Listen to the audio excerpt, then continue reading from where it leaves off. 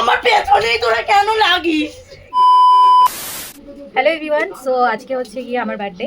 তো কালকে রাতে সেলিব্রেশনটা তো তোমরা দেখিয়েছো। তো চলো, এখন আমি এই সবে স্নান করে এলাম, আর ঋত্বিকদা বাপি ওরা সবাই এসছে, ওরা এখন খাচ্ছে। তো চলো, ভিডিওটা পোস্ট করতে অনেকটাই দেরি হয়ে গেল, তবে আমি আজকে শেয়ার করব তোমাদের সাথে আমার বার্থডের দিন কি কি হয়েছিল। বাবি আর ঋত্বিকদা তো দুপুরই চলে এসেছিল, তাই ওরা খেতেও বসে পড়েছে। আর খাওয়া দাওয়া হয়ে যাওয়ার পর আমরা সবাই মিলে একটু আড্ডা দিচ্ছি। তারপর তো বিকেল হতে না হতেই বাড়ির সামনে থেকে যাচ্ছিল আমাদের ফেভারিট ফুচকাওয়ালা, তাই সেখান থেকে ঋত্বিকদা সবার জন্য ফুচকা নিয়ে এসেছিল। আর ফেভারিট ফুচকা বলে কথা, সবাই মিলে ভীষণ মজা করে খেলাম। আর তার মধ্যেই গুপিদা, ঈশানী, দীপ ওরা সবাই চলে এসেছিল। তো ওরা আসতে না আসতে যার বার্থডে তাকে আর কেউ পাত্তা দিচ্ছিল না, অ্যাকচুয়ালি আমাকে আর কেউ পাত্তা দিচ্ছিল না। ওকে, সো সবাই তো চলে এসেছে, আর আমি এখন আমাদের ঘরেই আছি। আর আমাকে ওই ঘরে ওরা কেউ ঢুকতে দিচ্ছে না, কারণ কি এখন আসবি না, এখন আমরা তো ঢুকতে দেবো না। যাচ্ছে আর তাড়িয়ে দিচ্ছে আমাকে। আমার বার্থডের দিন আমার বন্ধু সবাই মিলে আমাকে তাড়িয়ে বললো যে রেডি হয়ে বস, আর আমি ওরা যখন সময় হবে ঠিক তোকে ডেকে নেবো। তো আমি এখন বসে আছি। আর এই যে আমি কোনো মেকআপ করিনি, খুব সিম্পল মেকআপ করেছি, মানে লিপস্টিক করেছি, ব্যাস, আর কিচ্ছু করিনি বেশি। তো এখন আমি বসে আরে ইয়েতে নেই,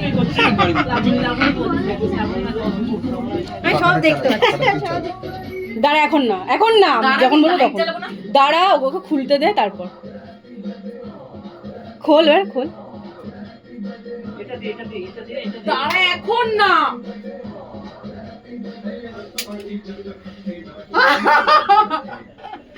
এটা কে করেছে এত সুন্দর? Happy birthday to you. ওই দেখতে পাস না? এই গান চালাও। আমি কিন্তু দেখতেই পাই না। তারপর আর কি, আমার মুখটা দেখে তো তোমরা বুঝতেই পারছো আমি কতটা খুশি হয়েছিলাম। আর সত্যি কথা বলতে এইভাবে বার্থডে সেলিব্রেট আমার আগে কখনো হয়নি, জানো তো। বাবি, দিদি, ঋত্বিকদা, পোল্টে, দীপ, ঈশানী, গুপি সবাইকে অনেক অনেক অনেক অনেক থ্যাংক ইউ এত স্পেশালভাবে আমার বার্থডেটা সেলিব্রেট করার জন্য। আর তারপর তো আমার চোখের সামনে একের পর এক সারপ্রাইজ চলেই আসছিল। সবার আগে আমার বার্থডের কেকটা দেখো, এটা স্পেশালি বাবি আমার জন্য অর্ডার দিয়ে বানিয়েছিল। যে কেকটাতে আমার একটা ছবি দেওয়া ছিল, আর একটা কোনায় লেখা ছিল মাই লাইফ, যেটা দেখে আমি এত মনে মনে খুশি হয়েছিলাম যে তোমাদের কি বলবো। আমার মুখের এক্সপ্রেশন দেখে তো তোমরা বুঝতেই পারছো আমি কতটা খুশি হয়েছিলাম। তারপর তো ভাবে আবার আমার চোখ বন্ধ করে দিয়েছে, বলছে আরও গিফট আছে, আরও সারপ্রাইজ আছে তোমার জন্য, তোমাকে তার জন্য আবার চোখ বন্ধ করতে হবে। তো আমি তো ভীষণ খুশি মনে মনে যে আবার কি গিফট আছে। গিফট পেতে কার না ভালো লাগে সেটা বলো।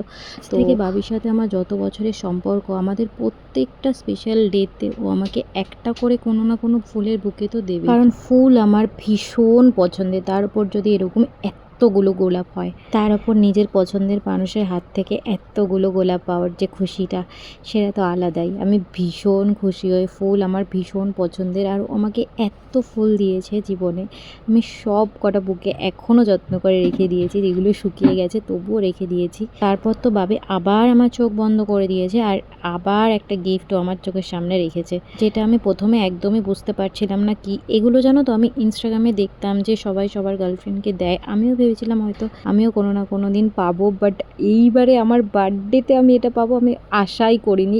এত সুন্দর একটা গিফট আমি কখনো আশাই করিনি। এত খুশি হয়েছি আমি এই গিফটটা দেখে, বিশ্বাস করবে না তোমরা, ভীষণ ভীষণ ভীষণ খুশি হয়েছি।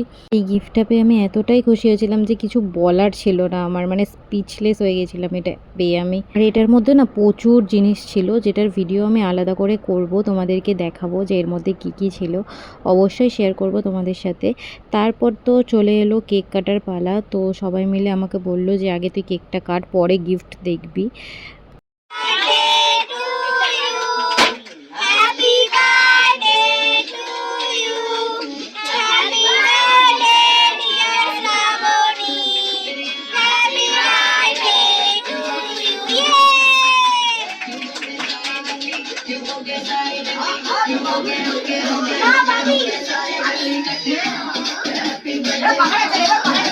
সায়ন্তিকা হচ্ছে সব এনে খা। আমার পেছনেই তোরা কেন লাগিস?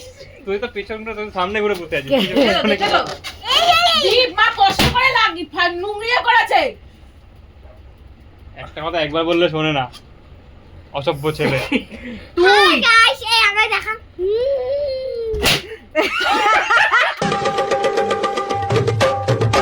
কি হলো?